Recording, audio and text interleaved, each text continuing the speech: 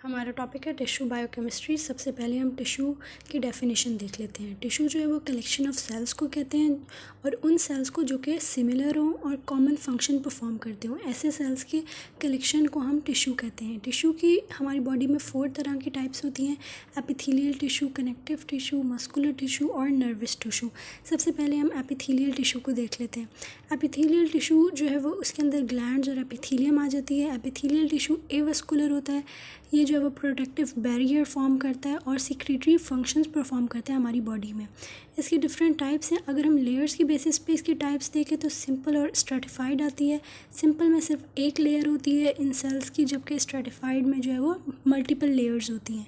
अगर हम शेप की बेसिस पे जो है एपिथेलियल को क्लासिफाई करें तो स्क्वैमस एपिथेलियम है, क्यूबॉइड एपिथेलियम है और कोलमनर एपिथेलियम है। इसमें सेल्स की शेप जो है वो स्क्वैमस होती है, इसमें क्यूबॉइड शेप के सेल्स होते हैं और इसमें जो है वो सेल्स एलोंगेटेड होते हैं।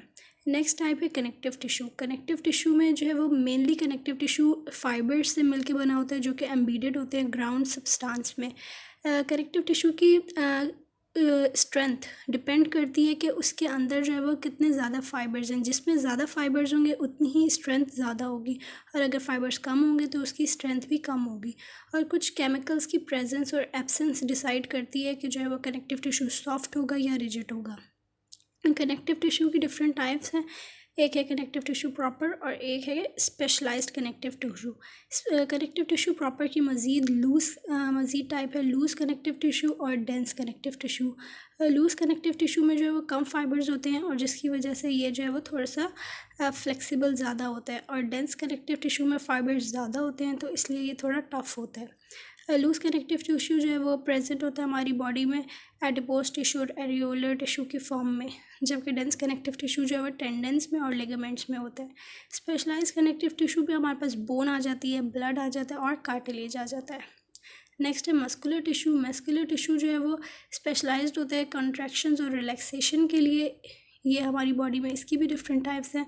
For example skeletal muscle, cardiac muscle और स्मूथ मसल। स्केलेटल टिश्यू जो है वो स्केलेटल मसल में होता है, स्ट्राइएटेड होता है। कार्डिक टिश्यू जो है वो हमारे हार्ट में मौजूद होता है, कॉन्ट्रैक्शन करवाता है हार्ट की। और जो स्मूथ मसल है, स्मूथ टिश्यू है वो जो है वो वहाँ पे होता है, मतलब डिफरेंट एरियाज़ पे होता है हमारे जो है वो डाइजेस्टिव ट्रैक में। नेक्स्ट है नर्वस टिश्यू। नर्वस टिश्यू जो है वो कंडक्ट करता है इलेक्ट्रिकल इम्पल्सेस। इसमें जो है वो न्यूरॉन्स होते हैं और न्यूरोग्लाया होते हैं। न्यूरॉन्स जो है वो फंक्शनल यूनिट होता है नर्वस टिश्यू का, जबकि जो न्यूरोग्लाया होते हैं वो सपोर्टिंग सेल्स होते हैं। For example oligodendrocytes, ependymal cells and Schwann cells, satellite cells वगैरह। टिश्यू जो है वो 2 चीज़ों से मिलके बना होता है, एक होते हैं सेल्स और एक होता है एक्स्ट्रा सेलुलर मैट्रिक्स। जो सेल्स होते हैं वो फिब्रोब्लास्ट हो सकते हैं, ओडोंटोब्लास्ट हो सकते हैं, कॉन्ड्रोसाइट्स हो सकते हैं और ऑस्टियोसाइट्स हो सकते हैं। ओडोंटोब्लास्ट जो है वो टीथ में मौजूद होते हैं, कॉन्ड्रोसाइट्स कार्टिलेज में मौजूद होते हैं और ऑस्टियोसाइट्स जो हैं वो हमारी बोन्स में मौजूद होते हैं। टिश्यू की दूसरी जो कंपोनेंट है वो है एक्स्ट्रा सेलुलर मैट्रिक्स। अब एक्स्ट्रा सेलुलर मैट्रिक्स फर्दर जो है वो फाइबर से मिलके बना हुआ होता है और जो है वो ग्राउंड सब्सटेंस उसमें मौजूद होता है। एक्स्ट्रा सेलुलर मैट्रिक्स में जो है वो 2 कंपोनेंट्स होते हैं, एक होता है ग्राउंड सब्सटेंस और दूसरा होता है फाइबर्स। सबसे पहले हम ग्राउंड सब्सटेंस को देख लेंगे। ग्राउंड सब्सटेंस जो है वो जेल लाइक सब्सटेंस होता है, ये ट्रांसपेरेंट होता है, कलरलेस होता है और ये स्पेस वहाँ मौजूद होता है फाइबर्स और सेल्स के दरमियान में। इसकी अगर कंपोजिशन देखें तो मेनली ग्राउंड सब्सटेंस जो है वो प्रोटियोग्लाइकन का मिलके बना होता है। प्रोटियोग्लाइकन क्या है? प्रोटियोग्लाइकन हम जो है वो कहते हैं कार्बोहाइड्रेट और प्रोटीन को मिला के। प्रोटियोग्लाइकन के अंदर जो है वो 95% कार्बोहाइड्रेट होते हैं, जबकि 5% जो है वो प्रोटीन होता है। प्रोटीन्स जो हैं वो लिंक प्रोटीन्स हो सकते हैं, कोर प्रोटीन्स हो सकते हैं, और जो कार्बोहाइड्रेट होता है वो गैक्स की शक्ल में होता है। गैक्स क्या होते हैं? गैक्स जो है वो हेट्रोपोलीसेक्राइड्स होते हैं। कार्बोहाइड्रेट्स की डिफरेंट जो है वो क्लासिफिकेशन में हम देखते हैं कि मोनोसेक्राइड होते हैं, डाइसेक्राइड होते हैं, और पॉलीसेक्राइड्स होते हैं। तो ये वाला जो गैग होता है ये हेट्रोपोलीसेक्राइड से मिलके बना होता है, यानी जो इसके रिपीटिंग यूनिट्स होते हैं वो डिफरेंट होते हैं। हेट्रो का मतलब है डिफरेंट, तो जो इसके रिपीटिंग यूनिट्स होंगे वो डिफरेंट होंगे। प्रोटीओग्लाइकन का जो कोर प्रोटीन होता है वो कोवलेंटली बाउंडेड होता है गैग्स के साथ। गैग्स की अगर हम कंपोजिशन देखें तो गैग्स जो है वो हेट्रोपोलीसेक्राइड्स होते हैं, इसकी जो रिपीटिंग यूनिट होते हैं वो डाइसेक्राइड होते हैं। डाइसेक्राइड में एक कंपोनेंट जो है वो मतलब डाइसेक्राइड जो है वो इसके रिपीटिंग यूनिट्स होते हैं हेट्रोपोलीसेक्राइड्स के अंदर। अगर हम गैग्स को देखें तो इसका एक कंपोनेंट अमाइनो शुगर होती है। अब वो amino sugar D glucose amine भी हो सकता है और डी ग्लैक्टोज अमाइन भी हो सकता है, और जो दूसरा कंपोनेंट है वो यूरोनिक एसिड होता है। अब यूरोनिक एसिड में आइडर डी ग्लूको यूरोनिक एसिड भी हो सकता है और एल आइड्यूरोनिक एसिड भी हो सकता है। अब जो गैग्स होते हैं जो कि प्रोटीओग्लाइकन में मौजूद होते हैं वो हाइयालुरोनिक एसिड भी हो सकता है, वो कॉन्ड्राइटिन सल्फेट भी हो सकता है, वो हेपेरिन सल्फेट भी हो सकता है, डर्मेटिन सल्फेट भी हो सकता है। ये सब गैग्स की एग्जांपल है। नेक्स्ट हम जो है वो प्रोटीओग्लाइकन की एग्जांपल को डिस्कस करेंगे विद एग्जांपल। अगर हम देखें तो जो लॉन्ग स्ट्रैंड होता है प्रोटीओग्लाइकन में, ये बीच वाला, ये हाइयालुरोनिक एसिड से मिलकर बना होता है। ये हम किसी एक प्रोटीओग्लाइकन को डिस्कस करें, डिफरेंट प्रोटीओग्लाइकन्स में ये डिफरेंट होता है बीच वाला मॉलिक्यूल। तो अगर हम इसको देखें तो इसमें बीच में जो है वो हाइयालुरोनिक एसिड है जो कि खुद एक गैग है। फिर इस लॉन्ग स्ट्रैंड के साथ जो है वो नॉन कोवलेंटली ये लिंक प्रोटीन्स ज्वाइंट हुए हुए हैं। लिंक प्रोटीन्स फिर आगे फर्दर जो है वो कोर प्रोटीन के साथ जो है वो नॉन कोवलेंटली ज्वाइन होते हैं। ये जो बीच वाले ये स्ट्रैंड्स हैं ये जो है वो नॉन कोवलेंटली जो है वो प्रोटीन कोर्स हैं। इन प्रोटीन कोर्स के ऊपर जो है वो कोवलेंटली जो है ये हमारे पास गैग्स जो है वो लगे हुए हैं। ये जो रेड वाले हैं ये सब गैग्स हैं, बीच वाले स्ट्रैंड भी और ये स्ट्रैप्स भी। और जो ये हैं ये लिंक प्रोटीन्स हैं ग्रीन वाले, और जो ये बीच वाला स्ट्रैंड है ये कोर प्रोटीन होता है। यहाँ पे ये जो ग्रीन वाले स्ट्रैंड्स हैं ये कोर प्रोटीन्स हैं। कोर प्रोटीन्स और जो गैग्स हैं ये कोवलेंटली ज्वाइन हुए हुए होते हैं। एटलीस्ट जो है वो 30 प्रोटीओग्लाइकन्स की टाइप होती हैं। फॉर एग्जांपल साइंडिकैन, एग्रीकैन, लीकैन, ये जो है वो एग्जांपल्स हैं प्रोटीओग्लाइकन की जो कि एक्स्ट्रा सेलुलर मैट्रिक्स में पाई जाती हैं। अब डिफरेंट प्रोटीओग्लाइकन्स होते हैं, किसी में कोर प्रोटीन जो है वो ये वाला कोर प्रोटीन डिफरेंट होता है, किसी में जो है वो गैग्स डिफरेंट तरह के लगे हुए होते हैं। प्रोटीओग्लाइकन में जो है वो कोर प्रोटीन और गैग्स के अंदर जो बॉन्ड होता है वो ओ ग्लाइकोसाइडिक बॉन्ड भी हो सकता है या एन ग्लाइकोसाइडिक बॉन्ड भी हो सकता है। ओ ग्लाइकोसाइडिक बॉन्ड में जो है वो तब बनता है जब हाइड्रोक्सिल ग्रुप इन्वॉल्व हो, फॉर एग्जांपल जाइलोज और सीरीन के बीच में, और एन ग्लाइकोसाइडिक बॉन्ड जो है वो तब फॉर्म होता है जब अमाइड नाइट्रोजन इन्वॉल्व हो। इसकी एग्जांपल है कि ये मौजूद होता है एन एसिटाइल ग्लैक्टोज अमीन और सीरीन के दरमियान में। ये हमने जो है वो प्रोटीओग्लाइकन की जो है वो कंपोजिशन देख ली कि प्रोटीओग्लाइकन होता क्या है, किन से मिलके बना होता है, उसकी एक एग्जांपल और एक डायग्राम विद बॉन्ड्स भी हमने डिस्कस कर लिया। नेक्स्ट हमारे पास जो है वो फाइबर्स हैं। एक तो ग्राउंड सब्सटेंस होता है एक्स्ट्रा सेलुलर मैट्रिक्स में और दूसरे फाइबर्स होते हैं। फाइबर्स अब कोलेजन भी हो सकता है, इलास्टिन हो सकता है, लेमिनिन, फिब्रोनेक्टिन, ये सारे जो है वो फाइबर्स हैं जो कि मौजूद होते हैं कनेक्टिव टिश्यू में। सबसे पहले हम कोलेजन को देख लेते हैं। कोलेजन जो है वो मेजर कंपोनेंट होता है कनेक्टिव टिश्यू का। 25% प्रोटीन्स जो हैं वो मैमल्स में 25% जो है ये प्रोटीन्स का बनाता है। नेक्स्ट हम कोलेजन का स्ट्रक्चर देख लेते हैं। कोलेजन के प्राइमरी स्ट्रक्चर में जो है वो ये वाला सीक्वेंस पाया जाता है, GLY, X और Y। ये यहाँ पे GLY जो है वो ग्लाइसिन रिप्रेजेंट कर रहा है, X जो है वो हमारे पास प्रोलीन है, जबकि जो Y है वो हमारे पास हाइड्रोक्सी प्रोलीन है। ग्लाइसिन जो है वो हर थर्ड पोजीशन पे इस ग्लाइकोजन की चेन में हर थर्ड पोजीशन पे ग्लाइसिन होता है। तकरीबन 33% ग्लाइसिन मौजूद होता है कोलेजन में, और उसके ग्लाइसिन के बिल्कुल नेक्स्ट जो है वो ज़्यादातर प्रोलीन मौजूद होता है, 30% प्रोलीन होता है। और इसके कोलेजन के स्ट्रक्चर में 4 हाइड्रोक्सी प्रोलीन और 5 हाइड्रोक्सी लाइसिन भी मौजूद होता है। कोलेजन का अगर हम सेकेंडरी स्ट्रक्चर देखें तो ये ट्रिपल हेलिक्स की फॉर्म में होता है। 3 पॉलीपेप्टाइड चेन्स होती हैं। ये लीवर रिटेटरी होता है, हाई टेंसाइल स्ट्रेंथ होती है और रिजिड होता है। अगर इसकी चेन्स की बेसिस पे हम इसको क्लासिफाई करें तो होमो ट्राइमर होता है, जिसमें जो है वो कोलेजन सेम चेन से मिलके बना हो, यानी तीनों जो चेन्स हैं वो एक ही तरह की होती हैं। फॉर एग्जांपल कोलेजन टाइप 2 में जो है वो तीनों चेन्स एक ही तरह की होती हैं, 3 अल्फ़ा 1 चेन होती हैं। जबकि हेट्रोट्राइमर जो है वो तब बनता है जब जो है वो तीनों चेन्स डिफरेंट हो। फॉर एग्जांपल कोलेजन टाइप 1 में जो है वो 2 एक तरह की चेन्स होती हैं और एक जो है वो डिफरेंट चेन होती है। नेक्स्ट कुछ और भी कोलेजन की टाइप्स हैं, बहुत सारी कोलेजन की टाइप्स होती हैं, टाइप 1, टाइप 2, 4, 6, 8, लेकिन हम कुछ यहाँ पे डिस्कस कर लेते हैं। कोलेजन टाइप 1 में जो है वो 2 अल्फ़ा चेन्स होती हैं, अल्फ़ा 1 और एक अल्फ़ा 2 चेन होती है। ये जो है वो सबसे मोस्ट कॉमन टाइप है, हाई टेंसाइल स्ट्रेंथ होती है और ये बोन्स, टेंडन्स, डेंटिन में पाया जाता है। कोलेजन टाइप 2 में जो है वो 3 अल्फ़ा 1 चेन्स होती हैं, ये कार्टिलेजिनस स्ट्रक्चर्स में पाया जाता है, जैसे हाइलीन कार्टिलेज, न्यूक्लियस पल्पोसस, आई, विट्रस बॉडी में।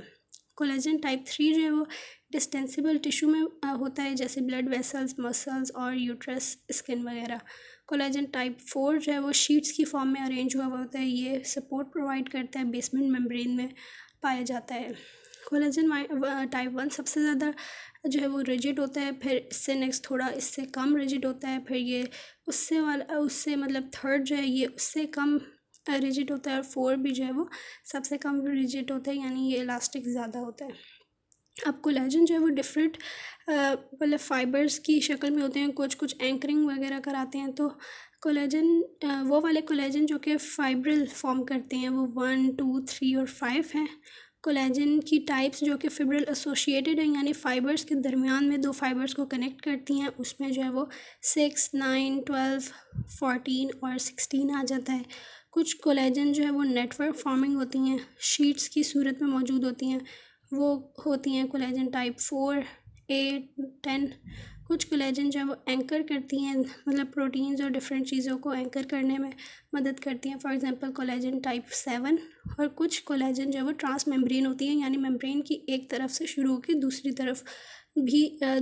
तरफ तक जाती हैं, पूरी मेम्ब्रेन में मौजूद होती हैं। ये कोलेजन टाइप 13 और कोलेजन टाइप 17 जो है वो इसके एग्जाम्पल है। नेक्स्ट हम जो है वो देखेंगे कोलेजन साइंथेसिस, कि कोलेजन किस तरह साइंथेसाइज होता है।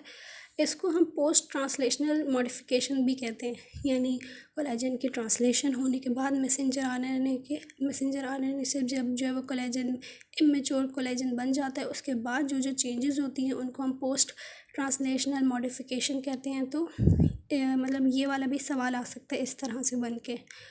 तो सबसे पहले हम शुरू करते हैं कोलेजन की साइंथेसिस को। सबसे पहले स्टेप है formation of pre pro collagen. तकरीबन 30 जीन्स होते हैं जो कि इनकोड करते हैं कोलेजन को। सबसे पहले जो है वो हमारे पास डीएनए से जो है वो मैसेंजर आरएनए बनता है ट्रांसक्रिप्शन के जो है वो प्रोसेस में। उसके बाद मैसेंजर आरएनए जो है वो ट्रैवल करता है न्यूक्लियस के बाहर जाके राइबोसोम्स में जाके जो है वो प्रोटीन बनता है, कोलेजन, इमेच्योर कोलेजन बनता है ट्रांसलेशन के प्रोसेस के थ्रू। फिर ट्रांसलेशन होने के बाद जो है वो जो इमेच्योर कोलेजन बनता है उसको हम प्री प्रो कोलेजन कहते हैं, जो कि सिर्फ सिंगल चेन पे मतलब उसकी सिर्फ सिंगल चेन बनी होती है। प्री प्रो कोलेजन जो है वो फिर मूव करता है ल्यूमन के अंदर रफ एंडोप्लाज्मिक रेटिकुलम के, वहाँ जाके जो है वो सिग्नल या लीडर सीक्वेंस जो है वो रिमूव होते हैं प्री प्रो कोलेजन के ऊपर से। एंजाइमेटिकली एंजाइम्स उसको रिमूव कर देते हैं, और वो सीक्वेंस जब रिमूव हो जाते हैं तो फिर हम जो है वो प्री प्रो कोलेजन को कहते हैं कि वो प्रो कोलेजन बन गया है। अब सिग्नल सीक्वेंस क्या होते हैं? सिग्नल सीक्वेंस उन सीक्वेंसेस को कहते हैं जो कि बताते हैं प्री प्रो कोलेजन को कि जो है वो आप ल्यूमन के अंदर जाओ, उसको डायरेक्ट करते हैं, उसको गाइड करते हैं, मदद करते हैं मूवमेंट में। नेक्स्ट स्टेप है हाइड्रोक्सिलेशन एंड ग्लाइकोसाइलेशन। हाइड्रोक्सिलेशन होती है प्रोलीन की, और इसका एंजाइम है प्रोआइल हाइड्रोक्सिलेज, जिसका कोफैक्टर है एस्कॉर्बिक एसिड या विटामिन सी भी जिसको हम कहते हैं। और लाइसिन की भी हाइड्रोक्सिलेशन होती है, और इसका एंजाइम है लाइसाइल हाइड्रोक्सिलेज, उसका कोफैक्टर है एस्कॉर्बिक एसिड और विटामिन सी भी हम एस्कॉर्बिक एसिड को कहते हैं। हाइड्रोक्सिलेशन के साथ साथ ग्लाइकोसाइलेशन भी होती है, हाइड्रोक्सीलाइसिन की ग्लाइकोसाइलेशन भी यहाँ पे होती है। नेक्स्ट है step assembly and secretion. Procollagen molecule के जो है वो दोनों तरफ कुछ पॉलीपेप्टाइड एक्सटेंशंस लगी हुई होती हैं प्रोकोलेजन के दोनों टर्मिनल्स पे, अमाइनो टर्मिनल पे भी और कार्बोक्साइल टर्मिनल पे भी। इन एक्सटेंशंस में जो है वो सिस्टीन अमाइनो एसिड होता है। सिस्टीन अमाइनो एसिड वो अमाइनो एसिड है जिसमें जो है वो सल्फ़र मौजूद होता है। अमाइनो टर्मिनल पे जो पॉलीपेप्टाइड एक्सटेंशन लगी हुई होती है वहाँ पे इंटरचेन डाइसल्फाइड बनते हैं, यानी विद इन चेन, इंटरचेन यानी चेन के अंदर ही डाइसल्फाइड बॉन्ड्स बनते हैं। जबकि जो कार्बोक्साइल टर्मिनल होता है वहाँ पे जो पॉलीपेप्टाइड एक्सटेंशंस या प्रोपेप्टाइड लगे हुए होते हैं, वहाँ पे इंटरचेन भी और इंट्राचेन भी डाइसल्फाइड बॉन्ड्स बनते हैं। इंटरचेन यानी चेन के अंदर और इंट्राचेन यानी दो चेन्स के दरमियान में जो है वो डाइसल्फाइड बॉन्ड्स बनते हैं। डाइसल्फाइड बॉन्ड्स जो है वो हेल्प करते हैं कोलेजन को, प्रोकोलेजन को, कि वो जो है वो ट्रिपल हेलिक्स की शक्ल में आ जाए। उसके बाद ये सिक्रीट हो जाता है गोल्जी वैक्यूल से एक्स्ट्रा सेलुलर मैट्रिक्स में चला जाता है। Now removal of extension peptides, next step में जो है वो ये होता है कि एक्स्ट्रा सेलुलर जो एंजाइम्स होते हैं, for example procollagen amino proteinase और जो है वो प्रोकोलेजन कार्बोक्सी प्रोटीन एज, ये एंजाइम्स जो हैं वो रिमूव कर देते हैं एक्सटेंशन पॉलीपेप्टाइड्स जो कि दोनों एंड्स पे लगे हुए होते हैं। और अब जो है वो हम उसको कोलेजन को कहेंगे ट्रोपोकोलेजन। नेक्स्ट स्टेप है स्पॉन्टेनियस असेंबल ऑफ कोलेजन। अब ये होगा कि ट्रोपोकोलेजन का जो मॉलिक्यूल्स हैं तकरीबन जो है वो 1000 अमाइनो एसिड एक चेन में मौजूद होते हैं, तो उसकी स्पॉन्टेनियस असेंबली हो जाएगी कोलेजन फाइबर्स के अंदर। कोलेजन फाइबर्स जब बन जाएंगे तो फिर कोलेजन फाइबर्स की फर्दर स्टेबलाइजेशन होगी जब जो है वो कोवलेंट क्रॉस लिंक बनेंगे इंटर और इंट्रा चेन दोनों। और ये स्टेप जो है वो लाइसाइल ऑक्सीडेज एंजाइम कराता है। लाइसाइल ऑक्सीडेज एंजाइम जो है वो कोवलेंट क्रॉस लिंक्स कराता है और कोलेजन फाइबर्स को जो है वो मज़ीद स्टेबलाइज कर देता है। लाइसाइल ऑक्सीडेज का कोफैक्टर है कॉपर। नेक्स्ट हम कोलेजन की क्लिनिकल सिग्निफिकेंस देखेंगे या डिजीज़ भी जिसको हम कहते हैं। कोलेजन की डिजीज़ में दो टाइप्स हैं, एक्वायर्ड और जेनेटिक। एक्वायर्ड वो हैं जो कि हम जो है वो अपनी डाइट अच्छी ना होने की वजह से हमें हो जाती हैं, और जेनेटिक वो हैं जो कि हमारे पेरेंट्स हैं, हमारे जीन्स के थ्रू हमारे अंदर आती हैं। तो सबसे पहले एक्वायर्ड को देख लेते हैं। एक्वायर्ड में हमारे पास स्कर्वी आती है, लेथायरिज्म आता है, मेनकीज़ डिजीज़ आती है। स्कर्वी में ये होता है कि डेफिशिएंसी हो जाती है विटामिन सी की। विटामिन सी को हम एस्कॉर्बिक एसिड भी कहते हैं, और विटामिन सी या एस्कॉर्बिक एसिड जो है वो कोफैक्टर होता है प्रोइल हाइड्रोक्सिलेज और लाइसाइल हाइड्रोक्सिलेज एंजाइम का। तो जब इन एंजाइम के कोफैक्टर सही नहीं होंगे तो ये एंजाइम सही तरह से अपनी एक्टिविटी परफॉर्म नहीं कर सकेंगे और जो है वो कोलेजन जो है वो डिफेक्टिव सिंथेसाइज होगा। इसके सिम्टम्स हैं ब्लीडिंग गम्स, हेमोरेज और पुअर वाउंड हीलिंग। नेक्स्ट है लेथायरिज्म। लेथायरिज्म जो है वो डिजीज़ है जिसमें बोन्स की डिफॉर्मिटीज़ हो जाती है। ये इस वजह से होती है कि अगर हम जो है वो कंजप्शन करते हैं केसरी दाल की, उसके अंदर बीटा ऑक्साइल अमाइनो एलेनिन BOAA मौजूद होता है जो कि इंटरफेयर करता है क्रॉस लिंकिंग में लाइसिन की, और ये इनहिबिट कर देता है लाइसाइल ऑक्सीडेज एंजाइम को। नेक्स्ट है मेनकीज़ डिजीज़। मेनकीज़ डिजीज़ होती है अगर जो है वो कॉपर की डेफिशिएंसी हो जाए हमारी बॉडी में, और कॉपर जो है वो कोफैक्टर था लाइसाइल ऑक्सीडेज एंजाइम का। तो जब कोफैक्टर की डेफिशिएंसी हो जाएगी तो एंजाइम भी सही तरह से प्रॉपर फंक्शन नहीं करेगा और कोलेजन की सही तरह से क्रॉस लिंकिंग नहीं होगी। नेक्स्ट है हमारे पास जेनेटिक डिसऑर्डर्स जिसमें हमारे पास एलर-डेनलोस सिंड्रोम आ जाता है, ऑस्टियोजेनेसिस इम्परफेक्टा आ जाता है और एलपोर्ट सिंड्रोम आ जाता है। सबसे पहले हम एलर-डेनलोस सिंड्रोम को देख लेते हैं। ये जो है वो ग्रुप ऑफ इनहेरिटेड डिसऑर्डर्स होते हैं इसके अंदर, यानी बहुत सारी इनहेरिटेड डिजीज़ होती हैं जिसके अंदर जो है वो हाइपर एक्सटेंसिबिलिटी हो जाती है स्किन की, यानी बहुत ज़्यादा स्किन जो है वो फ्लेक्सिबल हो जाती है, स्ट्रेचेबल हो जाती है, एबनॉर्मल टिश्यू फ्रेजिलिटी हो जाती है। जेनेटिक डिफेक्ट्स की वजह से होते हैं, प्रोटीन्स के अंदर जेनेटिक डिफेक्ट्स हो जाते हैं जिसकी वजह से कोलेजन टाइप 1, 3, 5 सही तरह से सिंथेसाइज नहीं होती। नेक्स्ट है कोलेजन इम्परफेक्टा। इसमें ये होता है कि बोन्स जो हैं वो बहुत ज़्यादा फ्रेजाइल हो जाती हैं और फ्रैक्चर्स के चांसेस ज़्यादा हो जाते हैं। स्क्लेरा जो आई की लेयर होती है उसकी थिनिंग हो जाती है और एबनॉर्मल फॉर्मेशन होती है हेलिक्स की जो कि कोलेजन के स्ट्रक्चर है। नेक्स्ट है अल्पोर्ट सिंड्रोम। अल्पोर्ट सिंड्रोम में ये होता है कि कोलेजन टाइप 4 जो है उसकी डिफेक्टिव फॉर्मेशन होती है, और जब ये सही से बनता नहीं है तो जहाँ पे ये मौजूद है, जैसे ये रीनल ग्लोमेरुलाई की जो है वो बेसमेंट मेम्ब्रेन में मौजूद होता है कोलेजन टाइप 4, तो वहाँ पे ये अपना सही तरह से फंक्शन परफॉर्म नहीं करेगा। पेशेंट्स जो है वो रीनल डिजीज़ उनको हो जाती हैं। नेक्स्ट है हमारे पास इलास्टिन फाइबर। इलास्टिन भी जो है वो कनेक्टिव टिश्यू में मौजूद होता है। ये उन स्ट्रक्चर्स में मौजूद होते हैं जो बहुत ज़्यादा जो है वो इलास्टिक इलास्टिसिटी जिनमें ज़्यादा होती है, जैसे जो है वो blood vessels, aorta, skin, year cartilage वगैरह में। इसकी कुछ प्रॉपर्टीज़ हैं कि ये एक्सटेंसिबल होता है, इसकी टेंसाइल स्ट्रेंथ कम होती है, हाइड्रोफोबिक होता है यानी वाटर में डिज़ोल्व नहीं होता। नेक्स्ट इसका स्ट्रक्चर है, इलास्टिन में जो है वो 1/3 ग्लाइसिन हमारे पास मौजूद होती है। नॉन पोलर अमाइनो एसिड्स होते हैं जैसे alanine, valine, leucine and isoleucine. इसके अंदर जो है वो हाइड्रोक्सी प्रोलीन भी मौजूद होती है, लेकिन इसके अंदर हाइड्रोक्सी लाइसिन और ग्लाइकोसाइलेटेड लाइसिन मौजूद नहीं होती। इसके प्राइमरी स्ट्रक्चर में ये वाला सीक्वेंस मौजूद नहीं होता, जो कि कोलेजन में ये वाला सीक्वेंस मौजूद होता है। इसके इलास्टिन के जो है वो सेकेंडरी स्ट्रक्चर अगर हम देखा जाए तो उसके अंदर ट्रिपल हेलिक्स नहीं होता, जबकि ये रैंडम कॉइल कन्फर्मेशन एक्वायर कर लेता है। इसके पास पेप्टाइड एक्सटेंशंस भी नहीं होती जिस तरह कोलेजन में थी, और ना ही जो है वो ये ट्रिपल हेलिक्स बनाता है। जबकि इसके स्ट्रक्चर में ख़ास बात होती है कि ये जो है वो डेस्मोसिन बनाता है। इसके पास इंट्रामोलिक्यूलर डेस्मोसिन क्रॉस लिंक्स होते हैं। नेक्स्ट है इलास्टिन की साइंथिसिस।